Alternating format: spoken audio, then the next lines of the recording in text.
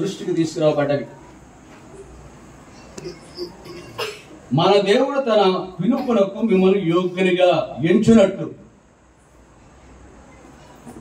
ప్రభువైన యేసుక్రీస్తు ఆయా కాలాల్లో ఆయా వ్యక్తులను సత్యము దగ్గరికి ఆహ్వానించారు. ప్రయాసపడి భారం మోసుకొచ్చిన సమస్తమైన వారులారా నా వద్దకు రండి, నేను మీకు విశ్రాంతిని కలుగు చేస్తాను అని చెప్పిన ఆ ప్రభు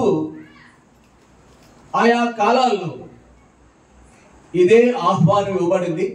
ఆ ఆహ్వానం విన్న మనము కూడా ఆయన పిలుపును అనుసరించి ఆయన విశ్వసించినాం, ఆయన వద్దకు వచ్చినాం. అది కృప అని అంటున్నాడు ఇక్కడ. ప్రభువుని యేసుక్రీస్తు యొక్క కృప చొప్పున మీరు పిలువబడ్డారు, మీ యోగ్యతను బట్టి కాదు. ఈ భూమి మీద ఒక వ్యక్తి మరొక ఇంటికి ఆహ్వానించబడాలంటే, ఒక వ్యక్తి మరొక వ్యక్తిని ఆహ్వానించాలంటే, పిలవాలంటే ఎన్ని విషయాలు వారి యొక్క దృష్టిలో ఉంటాయో, వారికి సంబంధించిన సమీప వ్యక్తులై ఉండాలి, బంధువుల వర్గమై ఉండాలి, ఆ స్థాయిలో అంతస్తు కలిగి ఉండాలి. ఉన్నతమైన వ్యక్తులకు ఇట్లాంటి పిలుపులు అనేవి సాధారణంగా జరుగుతుంది. అయితే ఇక్కడ యేసు ప్రభు మనం పిలిచినాడు, ఆ కాలంలో పిలిచినాడు, ఈ కాలంలో కూడా మన దేవుడు తన పిలుపునకు మిమ్మల్ని యోగ్యులుగా ఇచ్చాడు. దేవుడు మనం పిలిచినాడు. ఈ భూమి మీద కొంతమంది వ్యక్తులు ఎమ్మెల్యేగా ఉండాలంటే, ఎంపీగా ఉండాలంటే ఆయా వ్యక్తులు పిలుస్తారు. నీకు నేను టికెట్ ఇవ్వాలనుకున్నాను, నీవు ఇలాగున పని చేయాలని వారికి అప్పగించడం జరుగుతుంది. అలాగన ఒక వ్యక్తిని ఆహ్వానించాలంటే, పిలవాలంటే ఎన్ని రీతులుగా చూస్తారో యోగ్యతలు ఆ వ్యక్తికి. అలాగే మన దేశాన్ని పాలించడానికి ఐఏఎస్ అనే కలెక్టర్స్ ఉంటారు. భారతదేశంలో ఇప్పుడు జనాభా ఎంత? 140 కోట్ల, 150 కోట్ల, 140 కోట్లకు పైన ఉంది. ఈ 140 కోట్లలో మన ఆంధ్ర రాష్ట్రంలో 6 కోట్ల పైన జనాభా ఉంది. ఇన్ని కోట్ల మంది, ఇన్ని వందల కోట్ల మందిలో కొద్ది మందిని పిలుస్తారు భారత ప్రభుత్వము. వారికి వీరి జ్ఞానులు, వీరు చాకచక్యం కలిగిన వారు, వీరు యోగ్యులు. భారతదేశంలో 1 కోటి కాదు, 10 కోట్లు కాదు, 50 కోట్లు కాదు, 150 కోట్ల మందిలో కేవలము 1000 మంది మాత్రమే, 1000 మందిలో 500 మాత్రమే, 500 మందికి మాత్రమే కలెక్టర్గా ఉద్యోగం ఇస్తారు. మిగిలిన 500 మంది సంవత్సరానికి వచ్చి 1000 మంది. ఆ 1000 మందిలో 500 మంది మాత్రమే. 150 కోట్లు ఎక్కడ? దాంట్లో 500 మంది ఎక్కడ? మిగిలిన 500 ఎవరంటే 1000 మందిని సెలెక్ట్ చేస్తున్నప్పటికీ ఆ కలెక్టర్ కంటే కింద స్థాయిలో ఉన్న జీతం ఉద్యోగస్తులుగా చేస్తారు. ప్రియ సహోదరి, ఈ భారతదేశంలో ప్రభుత్వానికి సహకారులుగా, వాళ్ళు నిజానికి ప్రభుత్వానికి సహకారులు. ప్రభుత్వం చేసేది, పాలించేది ప్రధానమంత్రి, ముఖ్యమంత్రి, మంత్రులు. వాళ్ళు అంతకంటే ఉన్నతులు. ప్రియుడ, ఒక దానికి పిలువబడాలంటే ఇంతగా వాళ్ళని పరీక్షించి పరిశోధిస్తారే. దేవుడు నిన్ను నన్ను తన పిల్లలుగా ఉండటానికి, తన స్వాస్థ్యంగా పిలువబడటానికి ఏ యోగ్యత చూసినాడండి? దేవాతి దేవుడు ఆకాశమందు సింహాసనం కలిగి ఉన్నాడు. ఆయన స్థలము పరిశుద్ధ స్థలం. మహాగణుడు, మహోన్నతుడు, పరిశుద్ధుడు, నిత్య నివాసి అయిన వాడు మహోన్నతమైన స్థలంలోను, పరిశుద్ధ స్థలంలోను, అట్లాంటి స్థలమందు ఉన్న వ్యక్తికి కేవలం మంచి కొంచెం కూడా నివసించని మనుషుణ్ణి జ్ఞాపకం చేసుకుంటాం కాదు. అట్లాంటి మనుషుణ్ణి మంచి కొంచెం కూడా నివసించే శరీరం కలిగిన వాడు, అరికాలు మొదలుకొని నన్నెత్తి వరకు మంచి స్వస్థత కొంచెం కూడా లేనివాడు, పాపిష్టి జన్ము, చెరుపు చేయి పిల్లలని ఈ యొక్క జాతికి, మానవ జాతికి పేరు. అలాంటి వ్యక్తులను ఆయా కాలంలో దేవుడు మనం పిలిచినాడు. బైబిల్ ఏం చదివిస్తుందంటే ఎవరిని పిలిచాడంటే కొరింథీయులకు రాసిన మొదటి పత్రిక 1వ అధ్యాయము 26వ వచనం. సహోదరులారా, మిమ్మల్ని పిలిచిన పిలుపును చూడుడి. మీలో లోకరీతిని జ్ఞానులైనను గనులైనను గొప్ప వంశం వారైనను అనేకులు పిలువబడలేదు గాని. అంటే ఈ కోవకు చెందినవారు ఒక వ్యక్తిని పిలవాలంటే ఉన్నతమైన ఉద్యోగానికి, ఉన్నతమైన స్థానానికి జ్ఞాని అయి ఉంటాడు, గనులై ఉంటాడు, గొప్ప వంశవారై ఉంటాడు. కానీ ఇలాంటిది ఏది కానీ తాత్కాలికంగా కొద్ది కాలము ప్రభుత్వానికి మరొక వ్యక్తికి సహాయం చేయడానికి ఎలాగున వాళ్ళని ఇంత ప్రయాసతో ఎన్నుకుంటుంటే పిలుస్తుంటే, ప్రభు తన స్వాస్థ్యమైన ప్రజలు ఒకడిగా, తనవాడిగా, తనదానిగా నీవు నేను ఉండాలని ఆయన మనల్ని ఆహ్వానించడంలో పిలవట్లో ఉద్దేశం ఏంటండి? అందుకే ఇక్కడ కూడా ఆయన సహోదరులారా మిమ్మల్ని పిలిచినా, ఇక్కడ కూడా పిలుపు గురించి రాయబడి ఉంది. పిలిచాడు మనల్ని. ఏ యోగ్యతను బట్టి మన చేతిలో పరిశుద్ధ గ్రంథం ఉందండి, యేసు నామం పెట్టబడిందండి, ఏ అర్హత కలిగి ఈ స్థలంలో మనం కూర్చోగలిగామండి. ప్రియుడ సహోదరి, ఏ విధమైన ఆదికాండము 6వ అధ్యాయం 12వ వచనం ఏముంది? ఆదికాండము 6వ అధ్యాయం 12వ వచనం. దేవుడు భూలోకమును చూసినప్పుడు అది చెడిపోయి ఉండెను. భూమి మీద సమస్త శరీరులు తమ మార్గమును చెరిపి. అంటే ఏ భేదము లేదు, రంగు భేదము, భాషా భేదము, వయో భేదము, లింగ భేదము, ఏ భేదం లేకుండా సమస్త మానవులు చెడిపోయిన వాడు. ఇలాంటి వారిని ఆ ప్రభు, గనుడైన ఆ ప్రభు, పరిశుద్ధుడైన ఆ ప్రభు, మహోన్నతమైన స్థలంలో నివసించిన ప్రభు నిన్ను నన్ను పిలవడానికి కారణం ఏంటో తెలుసా? ఆయన మనం ఎవరును నశించుకోవటానికి ఇష్టం లేదు. ఎవరు మనం ఇట్లా ఈ క్వాలిటీస్, ఈ ఆధిక్యతలు మనకు లేవు కదా. ఇక్కడ మనం ఇంకా అంటే సాధారణంగా మన భారతదేశంలో కర్మ సిద్ధాంతం మీద నడుస్తూ ఉంటారు. ఏంటి పరిస్థితి ఏంట్రా, నీకు ఈ పరిస్థితి దాపురించిందిరా అన్నాడు అనుకో ఒక వ్యక్తి. మన పక్కన ఉన్న వ్యక్తి ఏమంటాడు?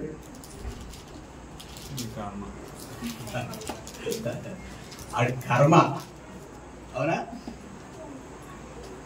అట్లాగా ఇక్కడ అంటే నా పరిస్థితులు ఎలా ఉంటాయని తెలుసుకోవటానికి కొంతమంది ఆయా స్థలాలకు వెళ్ళి ఇది చూపిస్తారు. ఏం చూపిస్తారు? ఈ చివరి నుంచి ఆ చివరి వరకు చూసిన తర్వాత మన జాతకం అంతా, అంతరంగ జాతకం అంతా ఇక్కడ 27 నుంచి 29 వచ్చిన వరకు ఉంది. మానవ జాతి యొక్క జాతకం. ఇక్కడ అన్ని చదవద్దు కానీ అంతా లోకరీతిగా మనం ఎవరంటే 29వ వచనంలో మనం వెర్రివారిగా ఉన్నాము, బలహీనులైన వారిగా ఉన్నాము, నీచులు, తృణీకరింపబడిన వారు, ఎన్నికలైన మనుషులు, ఎవరి చేత ఎన్నుకోబడలేదు. ఎంతో దౌర్భాగ్యం ఏంటంటే మానవ జాతి ఆది కాలంలోనే, అనాది కాలంలో రాయబడింది జాతి గురించి. దేవుడు మానవుడు చూసినప్పుడు అది చెడిపోయి ఉండేది. భూలోకము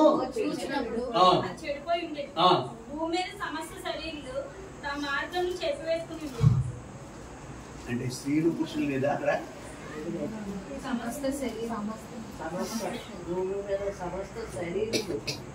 ఆ వాళ్ళు ఇప్పుడు ఈ ప్రభు గురించి ఏమంటారు తెలుసా? ఈ ప్రభు స్వార్థ కొరకు విధుల్లో వెళితే ఏమంటారు తెలుసా? సత్యములు తెలుసుకోవటానికి ఇష్టపడరు. ఆ ప్రభు పిలుస్తున్నాడు. ఆ పిలుపునందుకున్న కొంతమంది తిరిగి ఆయన ఎవరో ఇప్పుడు పాట పాడవా లేదా? ఆయన గురించి ఎంతో ప్రయాసతో రాత్రనక పగలనక కుటుంబాలను, పిల్లలను, మన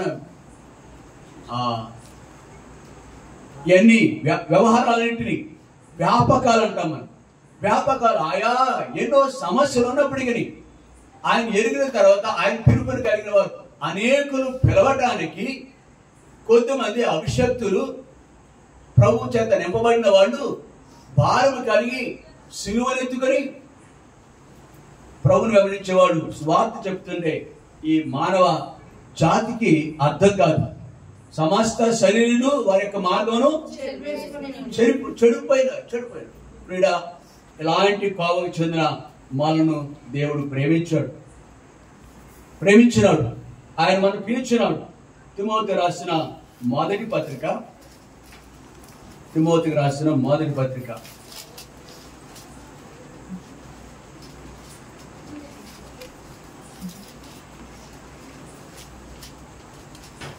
2వ పత్రిక 1వ అధ్యాయం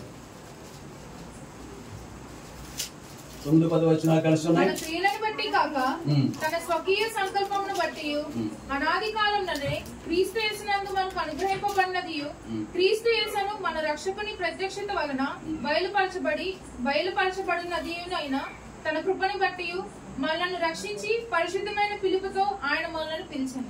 మనలను పిలిచిన దేవుడు ఎలాంటి వాడు? పరిశుద్ధుడు. ఆయన గురించి మనం ఆల్రెడీ చూసాం. యెషయా 57:15 వచనం చూసాను. ఎవరో అనేది ఆయన ఆ ఉన్నతుడైన ఆ ప్రభు, ప్రేమ గల ఆ ప్రభు పరిశుద్ధమైన పిలుపుతో ఆయన పరిశుద్ధుడు. మనమును అలాగనే ఉండాలని ఆదికాండము 6వ అధ్యాయం చూసాం. మానవ జాతి ఎంతగా దిగజారిన స్థితిలో దేశస్థితిలో ఉందో ఆయనను వాళ్ళు ఉద్ధరించాలని ఇప్పుడు కూడా అదే ఆలోచన కలిగిన దేవుడు. సర్వలోకంలోకి వెళ్ళి సకల జనులకు సువార్తను ప్రకటించుడి, నమ్మిన వాడు రక్షింపబడును, నమ్మని వారికి శిక్ష విధింపబడును. అదే భారము ఇక్కడ కూర్చున్న వారందరికీ ఉన్నది. ఆ పిలుపు గతంలో ఆ శాసనంలో ఉన్న ఆ జాతికి చెందిన ఈ ప్రజలు ఆయన పిలుపు అందుకున్నాం. పరిశుద్ధమైన పిలుపుతో మనల్ని రక్షించి పరిశుద్ధమైన పిలుపుతో ఆయన మనను పిలిచారు. ఆయన వలే మనం ఉండాలని. ఎంతటి దీనస్థితి, అంతరంగ స్థితి, బాహ్య స్థితి ఇలా ఉన్నప్పటికీ మనలను ఆయన వలే చేయాలని, ఆయన వలే ఉండాలని ఇది పిలుపులో ఉద్దేశం ఆ కోవకు చెందినప్పటికీ. అంతేకాదు ఏప్రిల్ రాసిన పత్రిక 3వ అధ్యాయం 3వ అధ్యాయం 3వ వచనం, మొదటి వచనం. ఇందువలన పరలోక సంబంధమైన పిలుపులో పాల్గొందిన పరిశుద్ధ సహోదరులు మనం became now holy. మనము దేవుని చేత ఏ మనుషుడును అందరూ పాపం చేసిన వాళ్ళు కదా. అయితే మనము ఇప్పుడు మన దేవుడు పేరుతో పిలిచినాడు. ఆయన విశ్వసించిన మనము, ఆయన నమ్మిన మనము, ఆయన పిలుపును అంగీకరించి ఆయనకు అప్పగించుకున్న మనల్ని దేవుడు ఎలా పిలుస్తున్నాడు? పరిశుద్ధమైన ఇక్కడ పరిశుద్ధమైన సహోదరులారా. అవునా? పరిశుద్ధమైన పిలుపు మంది, పరిశుద్ధ పరచబడిన వారము. అంతేకాదు మనము దేని కొరకు ఉద్దేశించామంటే, ఎందుకు ఆయన మనల్ని పిలిచినాడంటే, భూమి మీద మనుషుని యొక్క కాలము నేడంతా అస్థిరం. ఎంతటి స్థిరుడైనా గాని కొంతసేపు కనబడి అంతలోని మాయమైపోయే నీటి ఆవిరి లాంటి వాడు. ఎంతటి ఉన్నతుడైన, రాజు అయినా, మంత్రి అయినా, సామాన్యుడైనా, అట్లాంటి మనకు సదాకాలము ఆయనతో ఉండాలని, ఆ రాజ్యంలో ఈ కొద్ది కాలం ముగిసిన తదుపరి ఆ రాజ్యంలో ఉండాలని పరిశుద్ధమైన పిలుపుతో మనం పిలిచినాడు. పరలోక సంబంధమైన పిలుపుతో ఆయన మనం పిలిచినాడు. ఫిలిప్పీయులకు రాసిన పత్రిక 3వ అధ్యాయం 14వ వచనం.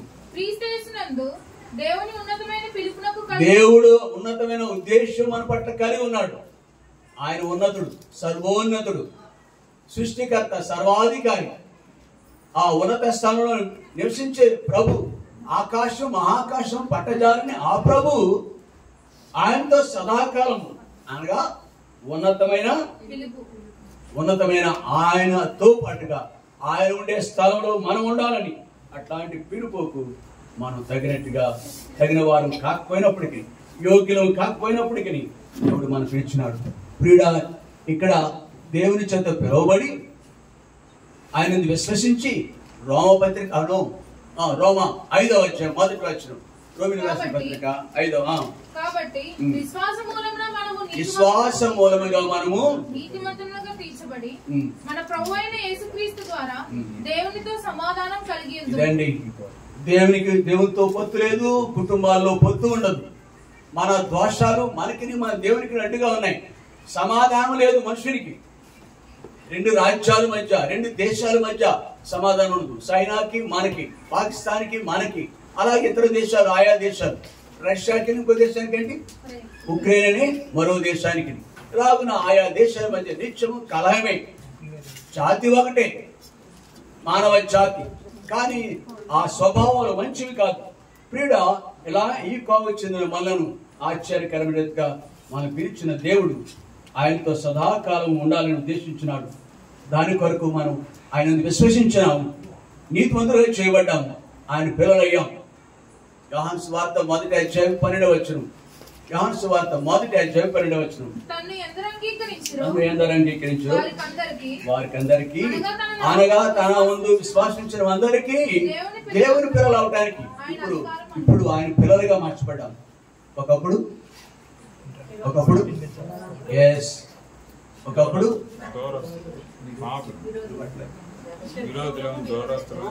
అంటే పిల్లలు అన్నాం కదా. మనం ఒకప్పుడు అపవాది వాడి యొక్క పిల్లలు, వాడి వశంలో ఉన్నాం. సిట్ స్టాండ్ వాడు చెప్పేవాడు. ఇప్పుడు అలా కాదు. యేసుక్రీస్తు అందరికీ ప్రభు, ఆయన మనకు ప్రభు అయినాడు. ఆయన ప్రభుత్వం కింద ఆయన మాట చొప్పున మన జీవితాలు కొనసాగటానికి ధన్యమైన బ్రతుకును కలిగి ఉన్నాం. పరిశుద్ధమైన పిలుపు, పరలోక సంబంధమైన పిలుపు, ఉన్నతమైన ఈ 3 అంతల ఆధిక్యత దేవుడు మనకి ఇచ్చినాడు. అందుకని ఇక్కడ ఏమంటాడంటే, ఆ పిలుపు గురించి ఒక్క మాట ఇవన్నీ వివరించకపోయినా ఇక్కడ ఆ తెస్సలోనికలో ఉన్న పరిశుద్ధులకు జ్ఞాపకం చేస్తున్నాడు. మన దేవుడు తన పిలుపునకు మిమ్మను యోగ్యులుగా ఇచ్చు, అనగా ప్రియులారా,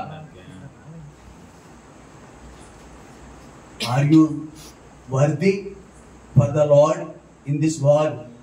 నువ్వు దేవునికి యోగ్యంగా జీవిస్తున్నావా? ఆయన నిన్ను ఎన్నుకునే విషయంలో ఎక్కడ షరతులు లేవు. ప్రతి ఇంటికి వస్తున్నారు. ఇప్పుడు నన్ను ఎన్నుకోండి కదమ్మా, వచ్చారా మన ఇంటికి? ఇంకా అదే పని. ఎవరు ఎక్కువిస్తారు, ఎవరు బరువు ఎక్కుంటారు.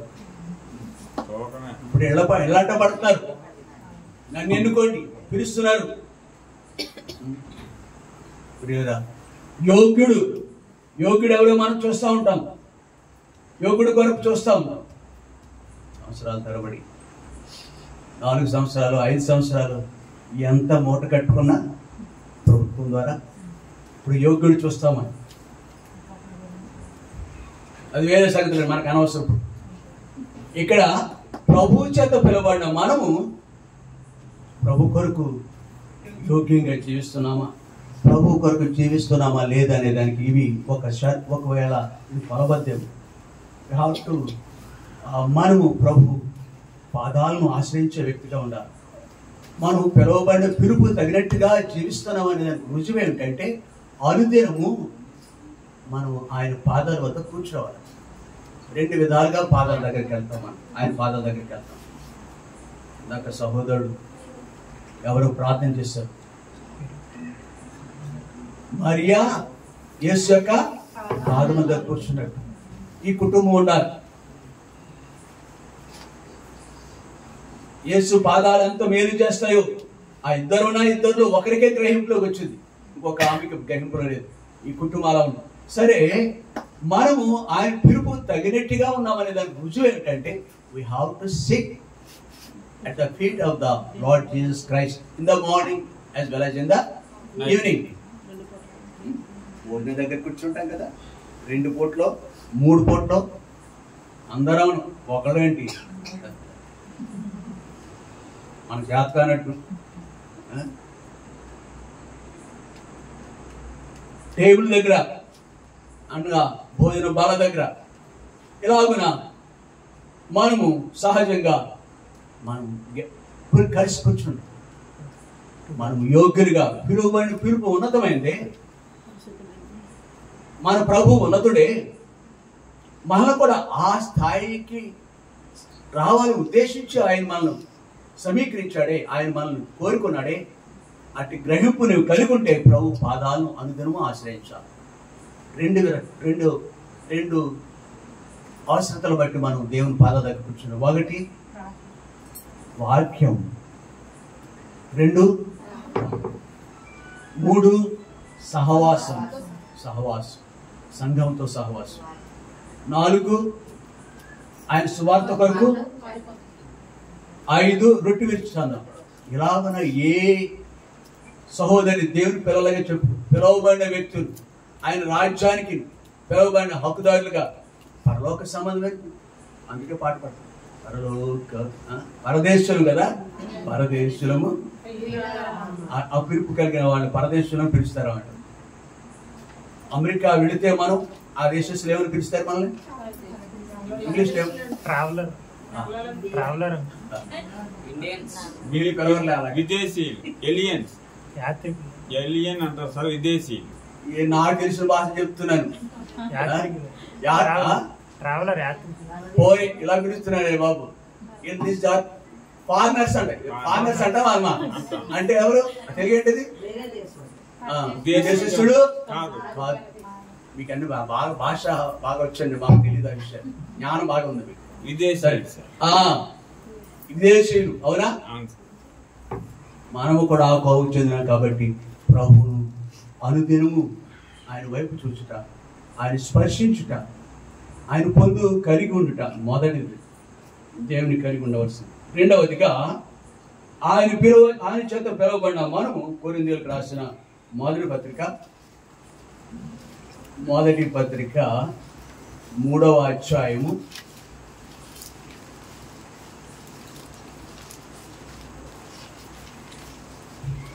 16వ వచనం. మీరు దేవుని ఆలయమై ఉన్నారనియు దేవుని ఆత్మ మీలో నివసించుచున్నాడనియు మీరు ఎరుగరా? చాలు. మీరు దేవుని ఆలయమై ఉన్నారని, దేవుని ఆత్మ మీలో నివసించున్నాడని మీరు ఎరుగరా? మనం ఎవరు ఇప్పుడు? ఆయన పిల్లలు. అవునా? పిలువబడిన మనం ఆయన పిల్లలు, ఆయన స్వాస్థ్యం.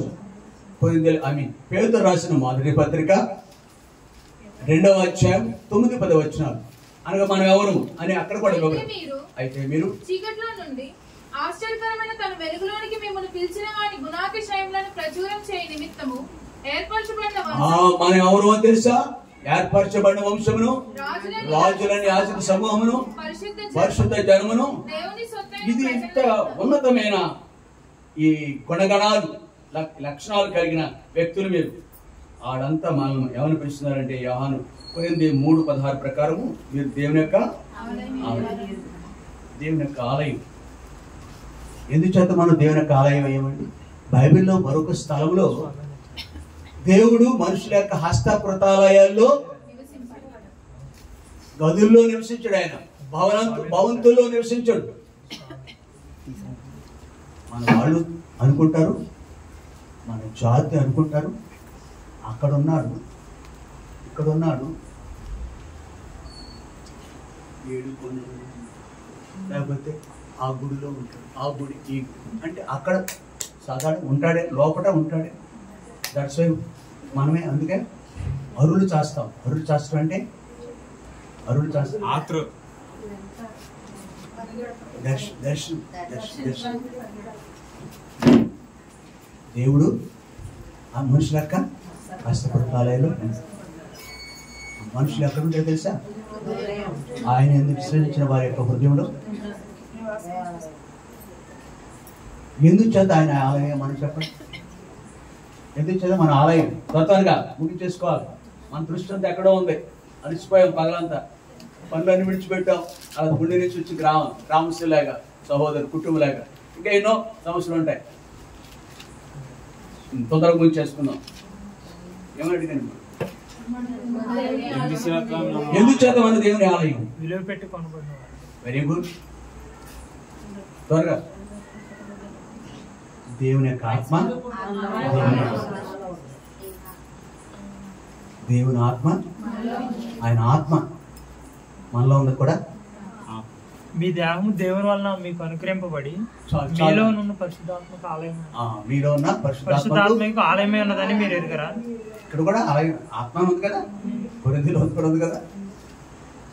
కాబట్టి ఇప్పుడు మనం ఇంకా పిల్లలు మాత్రమే కాదు కానీ గలతీయులకు రాసిన పత్రిక 4వ అధ్యాయం 6-7 వచనాలు. మరియు మీరు కుమారులై ఉన్నందున ఎప్పుడు ఆయనను విశ్వసించిన తర్వాత ఎప్పుడు ఆయన ఆత్మ కలిగి నాయనా తండ్రి అని మొర్రపెట్టి అబ్బా ఎంత ఆధిక్యత అండి. బహుశా అనుదినము చిన్నపిల్లలు అయితే వాళ్ళ యొక్క అక్కర కొలిది మళ్ళీ ఈ మాటతో పిలుస్తారు. ఏమని? నాయన, మమ్మీ, డాడీ. బహుశా తర్వాత మనం ఆ పేరుతో అసలు ఆ మాట వాడాం కదా. ఈ దంపతులు ఉన్నారే, నవదంపతులు ఉన్నారే, ఇంకా ఈ వాళ్ళకి ఏం పని? ఏదో ఫీల్ అవుతారు కాదని కాస్త అప్పుడప్పుడు మొబైల్లో సాధారణంగా, కానీ ఒక ఆయనతో మాత్రం నిత్యమైన సహవాసం కలిగి ఉంటారు. బ్రతుకు నడవదు, ఊపిరి పీల్చుకోలేము, లేకపోతే రోజులు గడవు, మనకి నెమ్మది కలిగి ఉండదు, బ్రతుకులో నెమ్మది ఉండదు ఆయన వైపు చూడకపోతే. ఏ వయసులో ఉన్నా, ఏ స్థితిలో ఉన్నా, ఎంతటి ఘనుడైనా సామాన్యుడైనా కానీ మనము నాయనా తండ్రి అని మొరపెట్టే పరిశుద్ధాత్మ దేవుడుకి ఆలయంగా అయిపోయాం. తనకు నాయనా తండ్రి అని మొర్రపెట్టు తన కుమారుని ఆత్మను దేవుడు మన హృదయంలోనికి పంపెను. కాబట్టి నీవిక దాసుడు కావు, కుమారుడువే. పిల్లలమని పిలబడ్డ మనం కుమార్తెలు. కుమారుడు అయితే దేవుని ద్వారా. నేను మొన్న ఒక పెళ్ళిలో చూశాను. అబ్బో ఎంత స్థితి కలిగి ఉన్నవాడు ఈ పిల్లలిద్దరూ. ఎంత ఈ అమ్మా నాన్న ఎంత ఇచ్చారు వీళ్ళకి.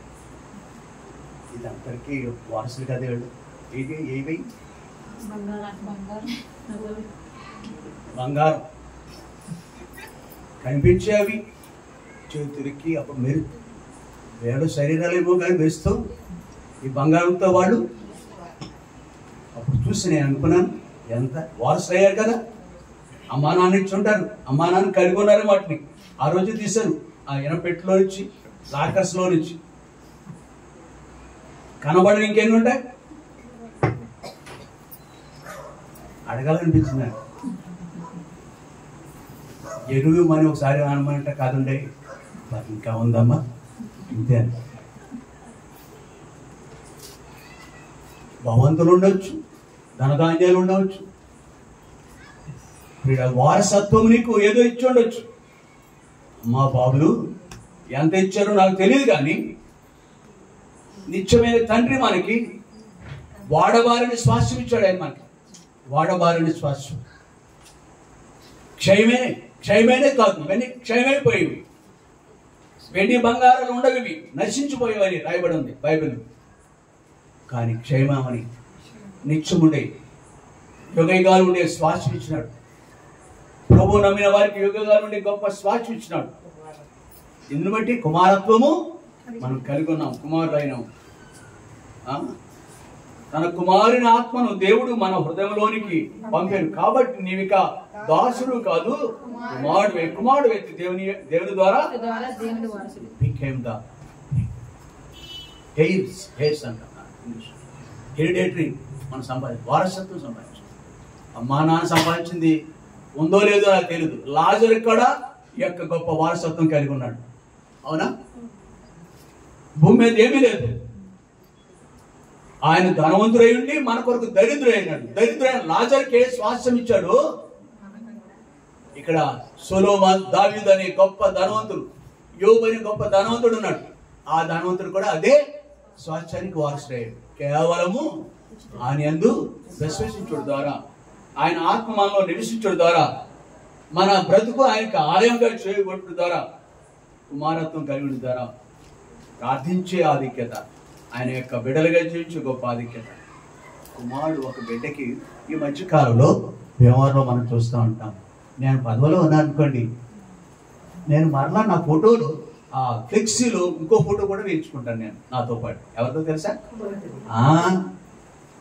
వారసుడండి. ఆ పేరు చెప్పట్లేదు, నేను ఆ ఇంటి పేరు కూడా చెప్పట్లేదు.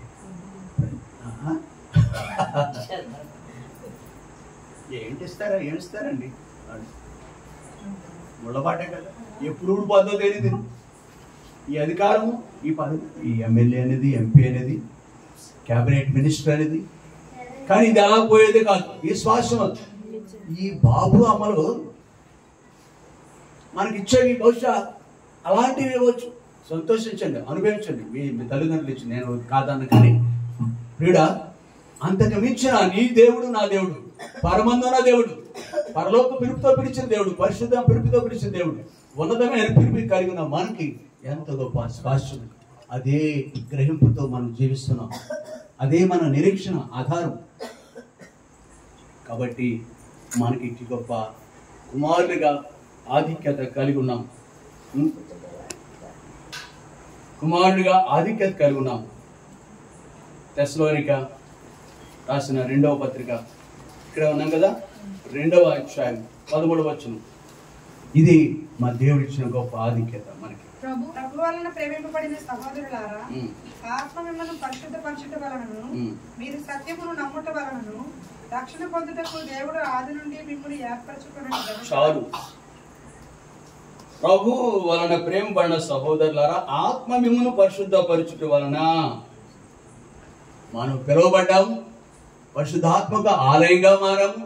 మీ దేవుని యొక్క ఆలయం అని మీరు ఎరుగరా? ఆయన కుమారుడుగా పిలువబడుతున్నాం. తండ్రి నాయన అబ్బాని మొరపెట్టి గొప్ప ఆత్మను కలిగి ఉన్నాం. ఒకప్పుడు దురాత్మ చేత ఆవరింపబడిన మన బ్రతుకులు ప్రభు యొక్క వశంలోకి వెళ్ళి అప్పుడు ఎంత స్వేచ్ఛో, ఎంత గొప్ప ఔన్నత్యము. ఇప్పుడు ఆ ఆత్మ అనుదినము మనల్ని ఏ అనుభవం నడిపిస్తుందో తెలుసా? ఏం చేస్తుంది? అక్కడ ఏం చదువు? ప్రభు వల్ల ప్రేమమైన సహోదరులారా, ఆత్మ మిమ్మను పరిశుద్ధపరచబడుట వలన అనుదినము ఈ పని చేస్తూ ఉంటది. పరిశుద్ధాత్మ దేవుడు మనలో ఉన్నాడు కదా. అనుదినము ఆయన వైపు చూసినప్పుడు ఆయనకును మనకు మధ్యన అడ్డుగా ఉండే దోషాలు కనిపిస్తూ ఉంటాయి. వెంటనే ప్రభు ఏం చేస్తాడంటే ఆయన మన శుద్ధి చేస్తాడు. దావీదు అదే చేశాడు. దావీదు అదే చేసినాడు. 51వ అధ్యాయం 5వ వచనం ఏమంటాడండి? 51:5 నేను పాపంలో పుట్టినవాడు, పాపంలోనే నా తల్లి నన్ను. ఇది ఎప్పుడు వచ్చిందంటే ఆయన వైపు చూసినప్పుడు, పరిశుద్ధాత్మ దేవుడు ఆయన్ని ఒప్పించినప్పుడు అనుదినము కూడా మనము దేవుని ఆత్మ కలిగిన మనము దేవుడు పరిశుద్ధాత్మ దేవుడు మనల్ని అనుదినము నూతన పరిచయ పని ఆయన చేస్తాడు. పరిశుద్ధాత్మ దేవుడు చేస్తాడు, వాక్యం కూడా చేస్తాడు. కాబట్టి ఆత్మ దేవుని సన్నిధిలో యోగ్యంగా ప్రార్థన చేసి రీతిగా మన శుద్ధపరుస్తుంది, మన పరిశుద్ధపరుస్తుంది. ఎఫెసీయులకు రాసిన ఆత్మ చేసే పని, ఆయన కుమారుడుగా ఉండేటప్పుడు మనం పొందే ఈ ఆశీర్వాదాలు.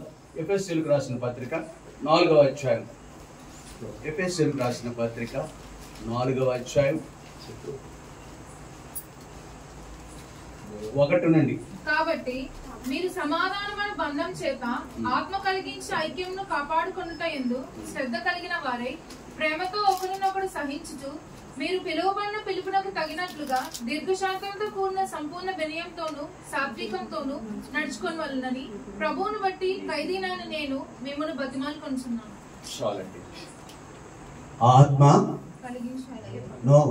ఆత్మ కలిగిన వారిగా చేశాడు దేవుడు. ఆత్మకు లేక పరిశుద్ధాత్మ దేవుడికి మనం ఆలయంగా మారినాం. ఆత్మ కలిగి తండ్రి నాయన అబ్బాని మొరపెట్టే గొప్ప ఆధిక్యత దేవుడు మనకి ఇచ్చినాడు. ఆత్మ అనుదినము మనల్ని పరిశుద్ధపరిచే కార్యక్రమం చేస్తుంది దేవుడు. అంతేకాదు ఆ ఆత్మ అండి ఇక్కడ 4వ వచనంలో ఆత్మ కలిగించు ఐక్యమును కాపాడుకుంటూ శ్రద్ధ కలిగిన వారే. అమ్మా, భోజన పదార్థాలు మనల్ని ఐక్యపరుస్తూ ఉంటాయి. హైదరాబాద్ పెళ్ళి అనుకోండి, ఆ పెళ్లి సందర్భంగా మంచి భోజన పదార్థాలు ఉన్నాయనుకోండి, మనంతా అక్కడ చేద్దామా లేదా? విజయవాడలో లేకపోతే ఇంకో చోట ఉందంటే కాకినాడలో. అలాంటి సందర్భాలు కొన్ని మనం ఐక్యపరుస్తాయి, అవి తాత్కాలికంగా ఐక్యపరుస్తాయి. ఇక్కడ చెప్పే విషయం ఏంటంటే, లేఖనాలు మనకు జ్ఞాపకం చేసే సత్యం ఏమిటంటే, ఆత్మ కలిగించు ఐక్యతను. మన మధ్య డబ్బు ఉండవచ్చు, మంచి ఉద్యోగం ఉండవచ్చు, లేకపోతే ఇట్లాంటివేనో అని ఆధిక్యతను మనం కలిగి ఉన్నా కానీ అది మన మధ్య, కుటుంబం మధ్య, అన్నదమ్ముల మధ్య ఐక్యత లేక భార్యాభర్తల మధ్య ఐక్యతను ఏమాత్రము అది ఇవ్వదు. ఇచ్చిన అది తాత్కాలికమే. కానీ దేవుని ఆత్మ ఎవరిలో ఉందో, ఎవరు దేవునికి నివాస స్థలముగా ఉన్నారో అట్టి ప్రియుల మధ్య ఆత్మ కలిగించే ఐక్యత ఉన్నతంగా ఉంటది. ఆ ఐక్యత ఏం చేస్తుందంటే, ముందులో రాశాడు, సమాధానం అనిపిస్తుంది. సమాధానమును బంధం. వెండి బంగారాలు, పెరగల రాళ్ళు, ఆసుపాస్తులు అవి మనుషుల్ని కొంతవరకు కీడు చేస్తాయి తప్ప ఐక్యపరచు. ప్రభువుని బట్టి మాత్రమే ఎవరు ఐక్యపరచబడతారో, ప్రభు ఆత్మ ఎవరిలో ఉంటుందో వాళ్ళు సమాధానం బంధం చేత ఐక్యపరచబడతారు. మన కుటుంబాల్లో ఇది ఉండాలి. మనము దేవుని ఆత్మచే నింపబడాలి. మనము మన దేవుడు కలిగించే ఐక్యతను కాపాడుకోవాలి. ఆ ఆత్మ ఏం చేస్తుంది అంటే, మనల్ని ప్రేమతో నోకున్నప్పుడు సహిస్తాము, పిలుపు తగినట్టుగా దీర్ఘశాంతం కలిగి ఉంటాము. ఇక్కడ కూడా మీరు పిలువబడిన పిలుపునకు దీర్ఘశాంతం కలిగి ఉంటాము, సంపూర్ణ వినయం కలిగి ఉంటాము, సాత్వికం కలిగి నడుచుకుంటాం. ఈ పరిశుద్ధాత్మ దేవుడు లేక ఆత్మీయ దేవుడు ఎవరిలో ఉంటాడో వారి యొక్క గుణలక్షణాలన్నీ కూడా మిగిలిన భౌతికమైనవి, కంటికి కనిపించేవి ఏవి కూడా మనం ఐక్యపరచలేవు. జాగ్రత్త సుమ. ఈ దంపతులుగా పిలువబడే మనం అందరం కూడా వృద్ధాప్యంలో ఉన్న, మధ్య వయసులో ఉన్న, చిన్న వయసులో ఉన్న మనను ఐక్యపరిచేది, మన మధ్య ఉండవలసింది దేవుని యొక్క ఆత్మ కలిగించు ఐక్యత. అప్పుడు ఎన్ని అనుభవాలండి దేవుడి ద్వారా. దీని కొరకు శ్రద్ధ కలిగిన వారి ఉండాలి. మనం కాపాడుకుంటే ఎందుకు శ్రద్ధ ఉండాలి. మనకి కాపాడుకోవాలి. దాన్ని దేవుడిచ్చిన సమాధానం ఉంది, దాన్ని కాపాడుకోవాలి. సహించే గుణం కావాలి, దీర్ఘశాంతం కావాలి, సంపూర్ణ వినయం కాదు, పూర్ణ వినయం. తర్వాత ఎక్కడ దొరుకుతాయి? ఏ మార్కెట్లో దొరుకుతాయి? ఏ ఊరిలో దొరుకుతాయి? ప్రభు దగ్గర మాత్రం.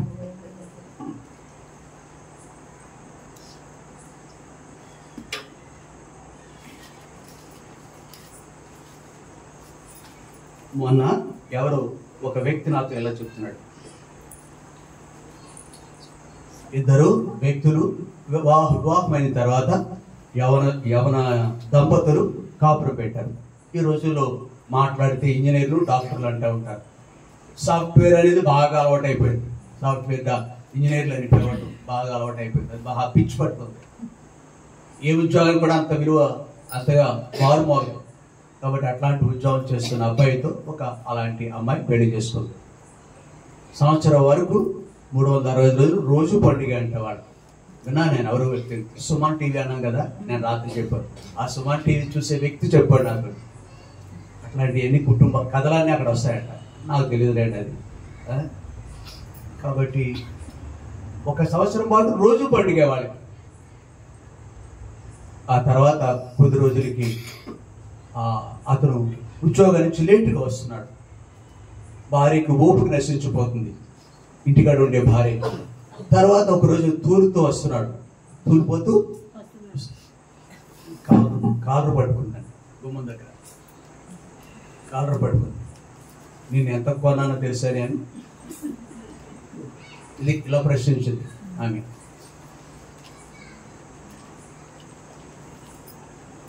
ఇంకేయో ఆ తర్వాత హాట్గా ఉంటాయి. వేడివేడిగా.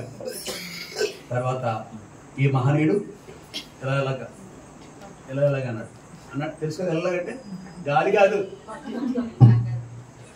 ఇప్పుడు ఫోన్ వెళ్ళింది, హాట్గా ఫోన్ వెళ్ళిపోయింది. దాన్ని ఏమంటారు, హాట్ లైన్ అంటారు. హాట్ లైన్ ఇది కాదు, ఒకటి ఇలా ఫోన్ చేస్తే ముఖ్యమంత్రికి ఆడుకుంటాయి హాట్ లైన్, అర్జెంట్ కాల్స్. అది ఆయన కూడా అర్థమైంది. కాలు వెళ్ళిపోయింది అన్నదమ్ములకి. తెల్లారి దెబ్బకి వచ్చేసారు, ఇష్టం వచ్చినట్టు చేశారు. ఎవరిని పోలీస్ స్టేషన్ తీసుకెళ్లారు. ఇది లోకం తీరు. డబ్బు, ధనము, ఉద్యోగాలు ఇదే చేస్తాయి. ఎందుకంటే గొప్పగా చెయ్యి. ఈ లక్షణాలు ఉన్నాయా? ఏమి మీరు సమాధానమును ఆత్మ కలిగించేది ఇది. అమ్మ చేదు, బాబు చేడు. వాళ్ళు ఎంతటి ఆత్మీయంగా ఉన్నతంగా ఉన్నా వాళ్ళు మాత్రం ఏం చేయలేరు. వాళ్ళు ఎక్కడుంటారు? ఆ గదిలో ఉంటారు, ఇతరుల గదిలో ఉంటారు. అమ్మ బాబులు ఎవరుంటారు? ఎక్కడో ఉంటారు. ఉండేది ఎవరు? ఎవరితో పాటు ఎవరో ఒక వ్యక్తి ఉంటాడు. ఎప్పుడు మనం ఆలోచించదు. ఒక చోట రాయబడింది, తన భక్తులు మాట్లాడుకుని చూడగా ఇద్దరు కూడి ఆయన ప్రభు ఆలకిస్తాడు. అది తెలియదు మనకి.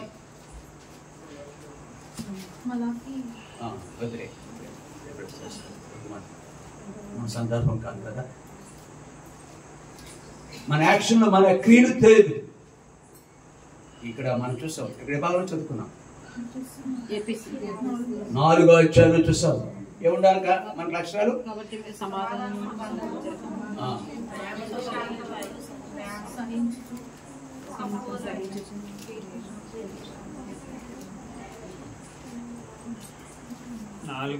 సార్ 4వ అధ్యాయంలో వీటి పట్ల శ్రద్ధ ఉండాలి. మిగిలినన్నిటినీ శ్రద్ధ ఉండాలి. వీటిని కాపాడుకోవాలి. ఐక్యత ఇచ్చేవి కాపాడుకోవాలి. ఐక్యత ఈ 4 లేక 5. మొదటిది ఏమనుకున్నాం? సమాధానం ఇస్తుంది అది. రెండవది ప్రేమ. ప్రేమ ఉంటే సహించుకోవడం కూడా ప్రేమ అనగానే 13 అధ్యాయులు కదా. అని సహించును, తాడుకొరును, అవునా? ఉందా లేదా? దీర్ఘశాంతము, అవునా? అవన్నీ ఉంటాయి ఎవరిలో? ఇద్దరు అన్నదమ్ములు, తండ్రి పిల్లలు. కాబట్టి సహించుకోవటం లక్షణం. దీర్ఘశాంతం, సంపూర్ణ వినయం. ఒకవేళ ఇలాంటి పరిస్థితి వచ్చింది అనుకోండి కుటుంబంలో, ఏమో అతిథులు కాదు, ఎక్కడి నుంచి ఊడిపడలేదు, శరీరంలో ఉన్నాం, లోకంలో కూడా ఉన్నాం. క్విక్ టెంపర్ అంటారు దీన్ని, తొందరపాటు. ఏం చేస్తారు తెలుసా? ఎవరికైనా ఈ గుణ లక్షణాలు ఇక్కడ చూసిన ఎఫెసీ 4వ అధ్యాయంలో చూసిన లక్షణాలు కనుక ఉంటే ఒకరికి మన మధ్య కొద్దిపాటి ఎట్లాంటి అంత శ్రేష్టమైన మాటలు బైబిల్లో ఉన్నాయంటే, మీరు ఎవరు శ్రేష్ఠులో ఎవరు యోగ్యులో తెలుసుకోవటానికి మీకు ఎట్లాంటి భేదాభిప్రాయాలు కానీ కొంచెం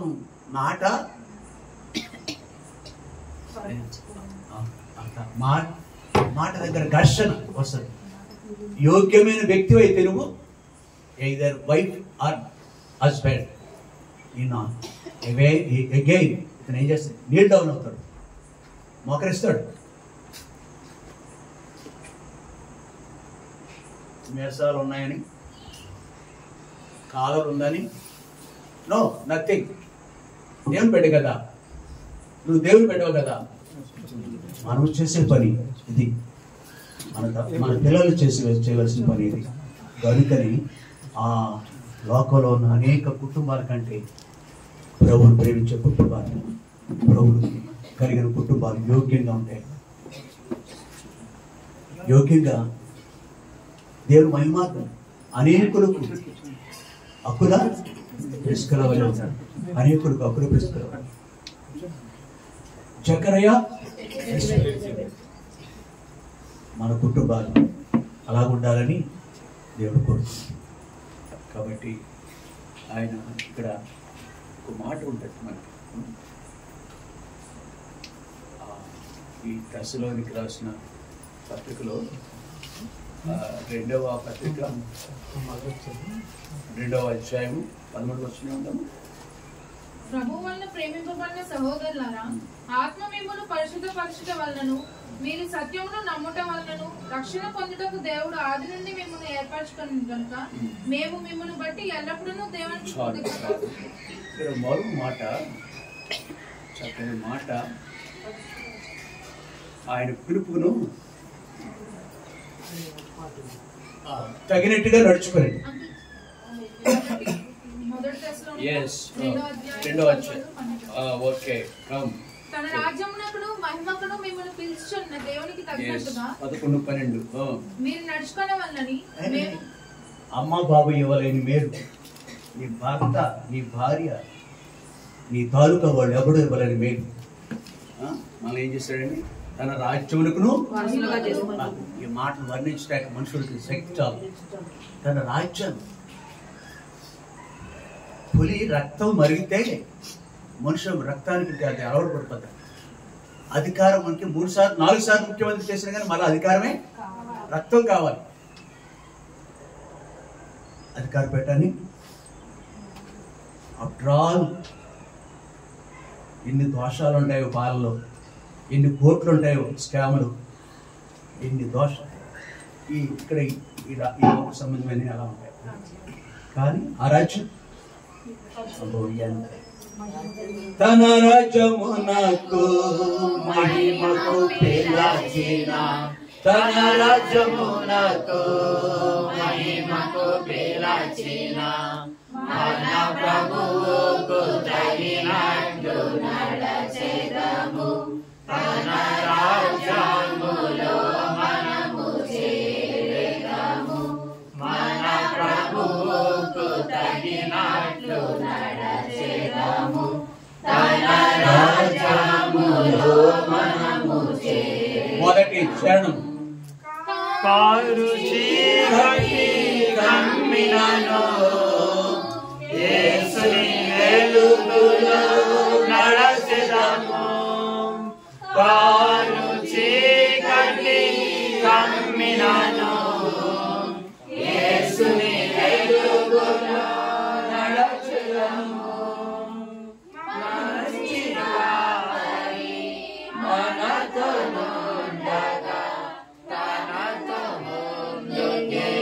సాగెదము మంచి కాపరి మనతో నుండగా తనతో ముందుకే సాగెదము. మన ప్రభువుకు తగినట్లు నడచెదము. తన రాజ్యములో మనము చేరెదము. మన ప్రభువుకు తగినట్లు నడచెదము. తన రాజ్యములో మనము చేరెదము. అందుకని ఇక్కడ ప్రభు మనకి ఈ రాత్రి తెస్సలోనికీయులకు రాసిన 2వ పత్రిక 1వ అధ్యాయము ఈ 11-12 వచనాల్లో ప్రభువైన యేసుక్రీస్తు యొక్క కృప చొప్పున మీరు పిలువబడ్డారు. కృపను బట్టి మీ యందు మన ప్రభువుని యేసునామమును ఆయనందు మీరును మహిమ పొందాలా. మీ ద్వారా ఆయన మహిమ పొందాలా. ఆయన బట్టి మీరు కూడా ఆ మహిమలో పారిభాగస్తులుగా ఉండాలి. కాబట్టి మీరు ఎలా ఉండాలండి? మన దేవుడు తన పిలుపునకు మిమ్మల్ని మీరు యోగ్యులుగా నడుచుకోవాలి. ఎవరి పాట వారి జీవితంలో భాగంగా ఉంటుందో, ఎన్నో పాట తెలుసది? 541వ పాట. ఈ పాట ఎవరి జీవితాల్లో రోజు రక్తంలో జీవించిపోదో వారికి లోపల ఎంత దివిటీలుగా ఉంటారు. దానియేలు గ్రంథం 12వ అధ్యాయం 3వ వచనం అనుకుంటా. దానియేలు 12:3. వాళ్ళకి బ్రతుకులు ఎలా ఉంటాయి, ఆ కుటుంబాలు ఎలా ఉంటాయి? బుద్ధిమంతులైతే ఆకాశ మండలంలోని జ్యోతులను పోలిన వారే. అబ్బా, ఏం కందకండి కావాలి? మనమే అలా ఉంటే ఇంకా లైట్తో పని వచ్చింది, సీరియల్ దండలు పెట్టవలసిన పని వచ్చింది కదా. మనం ఈ రోజుల్లోనండి బోధకుడైనా విశ్వాసం అయినా కానండి అవన్నీ అలా ఉంటాయి. ఇది ఈ మనం చదువుకున్న ఎఫ్ఎస్సిలో మాట చదువుకున్నాం కదా, ఏంటది సమాధానమును బంధము చేత అది అది ఇట్టినే కోల్పోతున్నారు. వీళ్ళు ఏముంటాయి ఉండవంటే మన దగ్గర ఒకనొకడు సహించుకున్నట తగినట్టు ఆ పిలుపు తగినట్టు మనము దీర్ఘశాంతం, అవునా? తర్వాత తర్వాత ఒక వ్యక్తితో మనం ఎలాగా భోజనం చేసి వస్తుంది. ఇప్పుడు ఇంట్లో కూడా ఎలా అంటే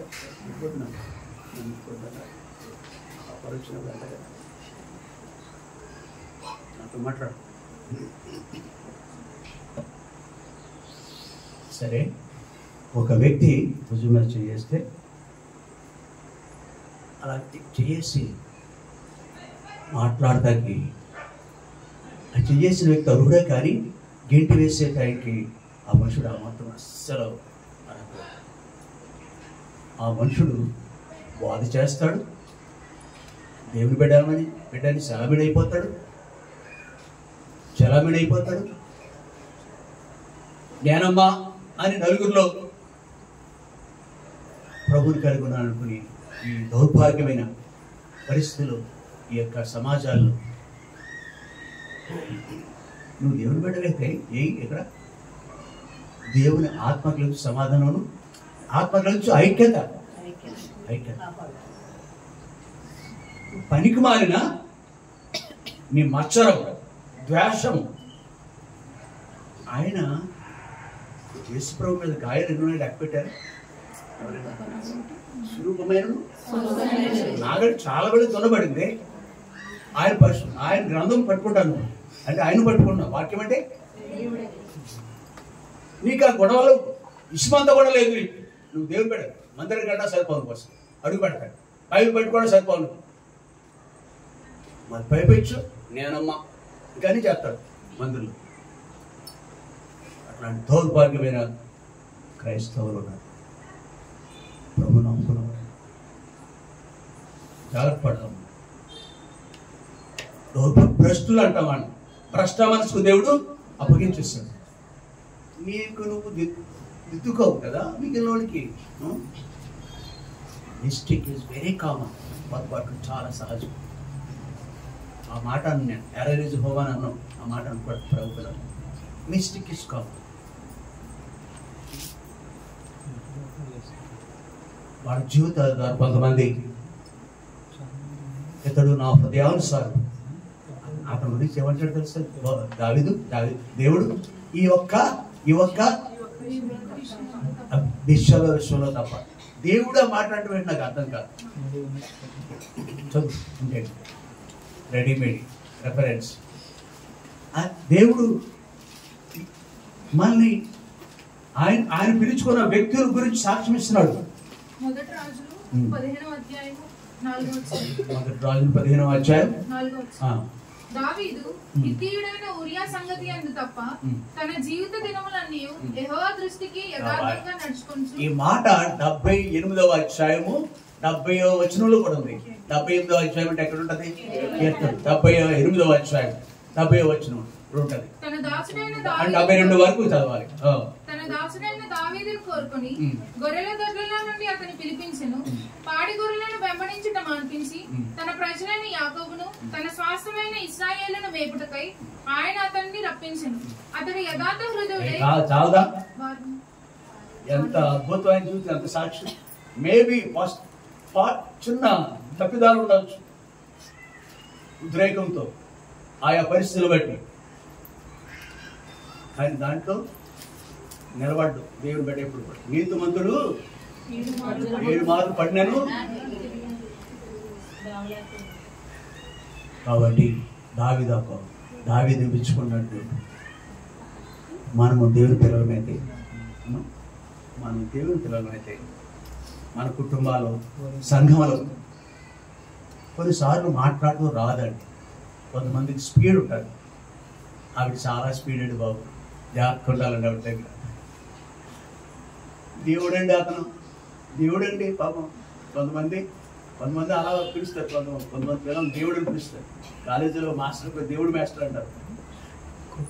కేజర్ కాలేజ్ డిగ్రీలో ఉంటాడు.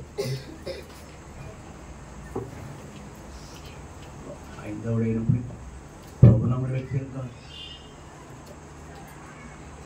అయితే మనలో కొన్నిసార్లు చాలా రకాల ఉంటాం, తేడాగా ఉంటాం. వెంటనే ఎదుటి వ్యక్తి, ఆ వ్యక్తి తొందరపడిన వ్యక్తికి ఒకవేళ తొందరపాటు నువ్వు గ్రహించగలిగితే నీలో ఉండాలి. పోనీలే నోరు జాడింది. దైవికమైన స్వభావం ఆమెలో లేకపోతే ఎవరిలో ఉండాలి?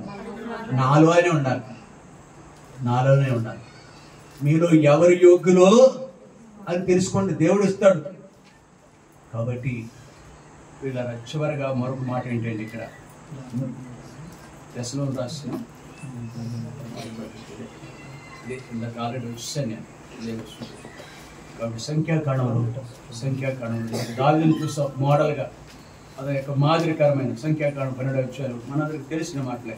3వ వచనం, యెహోవా మాట వినును, మోషే భూమి మీద ఉన్న వారందరిలో చాలు. మిక్కిలి సాధువు. మన గురించి ఇతరులు కొంచెం ధృవీకరిస్తూ వేలు పెట్టి చూపిస్తూ వాళ్ళ దృష్టికి మనం ఏమీ కానట్టుంటాం. వాళ్ళు నోరుకు వచ్చినట్టల్లా మాట్లాడుతూ ఉంటారు. ఎవరు? అన్యులు కాదు, మనతో ఉన్న సహవాసులు ఉన్నవాళ్ళు. ఎక్కడంటారు వాళ్ళు? నీకేం తెలుసా మా ఆవిడ గురించి? మా వాళ్ళు అంతా తెలుసు కానీ ఎలా వ్యాపిస్తుందో తెలియదు, కానీ ఇక్కడ మాత్రం చెవులు కొరికేస్తారు.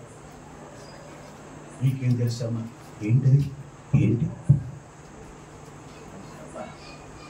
కాబట్టి ఇక్కడ తన కుటుంబీకులే, తన తోటి వారే తను దూషించారు, అవమానిస్తున్నారు. 1 సంవత్సరం కాదు, 10 ఏళ్ళు కాదు, 20 ఏళ్ళు కాదు, ఎస్ టుగెదర్ ఏడిపిస్తున్నారు. యెహోవా మాట నీ గురించి దేవుడు వాళ్ళ సంభాషణ దేవుడు వింటాడు. ఓయ్ ఏం మాట్లాడుతున్నారు మీరు? చదువు తర్వాత. తర్వాత యెహోవా మాట విను. మోషే భూమి మీద ఉన్న వారందరిలో ఎవరి గురించి మాట్లాడుతున్నాడు? నీతో కాదు, నీతో ఉండడు ఆయన. నోరు ఉందనుకో, నోరు పారేసుకుంటే నీతో ఉండడు ఆయన. మోషే అబ్బా ఏం సాక్షి, మనుషుడు కాదు, భూమి మీద ఉన్న వారందరిలో కల్లా మనం ఏమనుకోవాల్సింది ఏంటంటే, దానికి వెళ్ళొద్దు కానీ చదువుకున్నాము. దశలో రాసిన మొదటి పత్రిక 1వ అధ్యాయం 13వ వచనం 12వ వచనం ఉంది. తన పిలుపునకును 2వ అధ్యాయము అలా నడిచే వారి గురించి సాక్ష్యం ఇది. 2వ అధ్యాయం దశలో రాసిన మొదటి పత్రిక 2వ అధ్యాయం 11 తన రాజ్యమునకును తగినట్టు నడుచుకునే వారి గురించి సాక్ష్యం ఇస్తాడు. అలా ఉండాలని ఈ మీటింగ్ ముగించుకున్నాం. ఆ తర్వాత మోషే వలె మన పక్షాన్ని మాట్లాడాలి దేవుడు. నువ్వు మాట్లాడటం కాదు, వేలు పెట్టి చూపించే పని నీది కాదు, ప్రభుకి అప్పగించుకోవాలి. మనం ఎంతో చేస్తామండి, మనంతా అలా కాము ఉండలేదు, దురుసు మనకి. చదువు. యెహోవా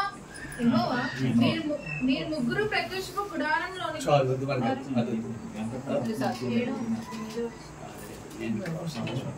కాబట్టి మోషే భూమి మీద ఉన్న వారందరూ కల్లా ఏం కావాలి? ఏం కావాలండి మనకి? సాక్ష్యం. దేవుడిచ్చి సాక్ష్యం కంటే మనిషి సాక్ష్యం. సర్టిఫికేట్ కావాలన్నా సచివాలయాల్లో వాలంటీర్ల ద్వారా వచ్చేసారు. ఆ సర్టిఫికేట్ మన ముఖ్యమా ఏంటి? ఏ సాక్ష్యం కావాలి మనకి? ఏ సర్టిఫికేట్ కావాలి? ఇది కావాలి. 7వ వచనం 8వ వచనం కూడా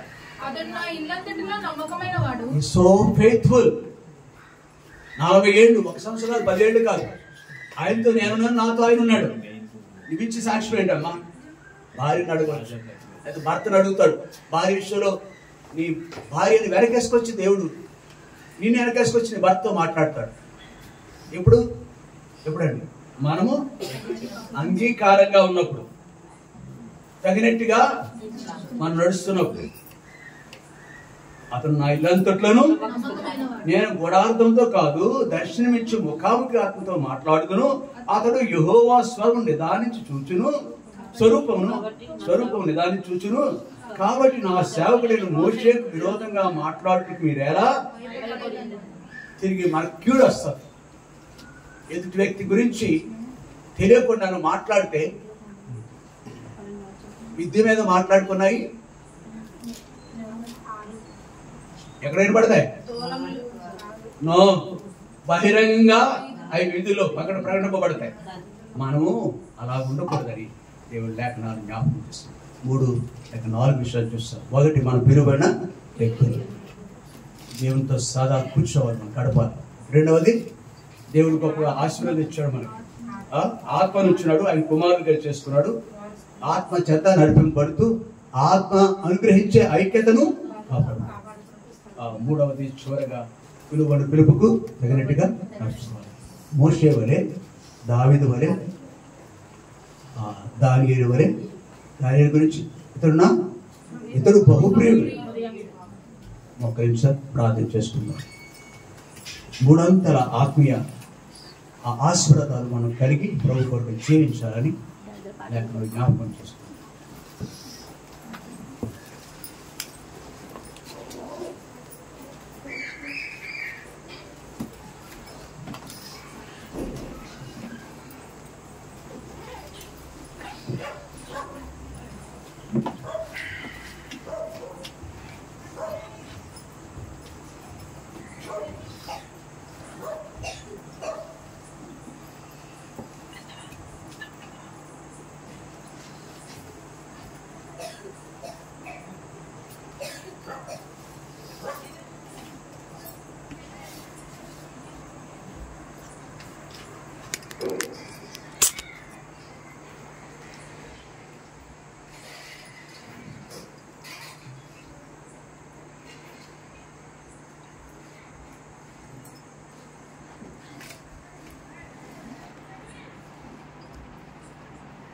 సహోదరు ప్రభాకర్ ముగింపు ప్రార్థన చేస్తాం.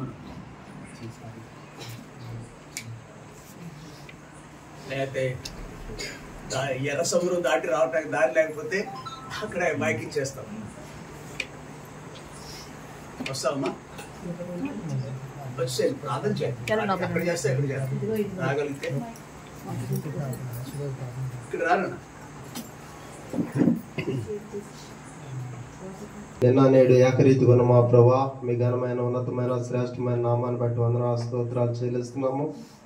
నీ ప్రియమైన బిడ్డలు ఇదిగో తండ్రి ఆశించిన రీతిగా ప్రభా, మరి ఇదిగో ప్రార్థించి నిరీక్షించిన రీతిగా మరి రాత్రికాల సమయంలో నైనా ప్రభా, మరి యొక్క కూడికి నైనా ప్రభా ఇదిగో సమకూర్చి నడిపించిన నీ బిడ్డలను బట్టి వందనాలు స్తోత్రాలు చెల్లిస్తున్నాము. మీ దాసులు మీరు అభిషేకించుకుని మీరు ఇచ్చినటువంటి లేఖనాలను బట్టి ప్రభా నీకు లెక్కలేని వందనాలు స్తోత్రాలు చెల్లిస్తున్నాం. ప్రభా ఇదిగోనైనా మరి ఈ లోకంలో నైనా ప్రభా ఇదిగో తండ్రి ఎన్నిక లేని వారిని, నీచులేని వారిని అయినా ప్రభా ఇదిగో తండ్రి అయా మమ్మల్ని మీ యొక్క ఉన్నతమైన పిలుపుతో పిలుచుకుని నైనా ప్రభా నీ యొక్క స్వకీయ సాంపాద్యంగా రాజులైన యాజక సమూహముగా ఇదిగో తండ్రి చీకట్లో నుంచి నైనా మీ ఆశ్చర్యకరమైన వెలుగులోనికి అయా మమ్మల్ని పిలుచుకున్న మీ ప్రేమంతను బట్టి ప్రభా నీకు లెక్కలేని వందనాలు స్తోత్రాలు.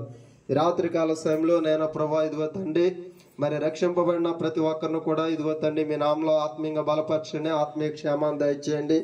అయ్యా ఇంకా ఇదిగో తండ్రి నీ పిలుపుకి లోబడక ఇంకా రక్షణ లేని వారు ఎవరైనా ప్రభా ఇదిగో తండ్రి ఈ స్థలంలో కానీ మైక్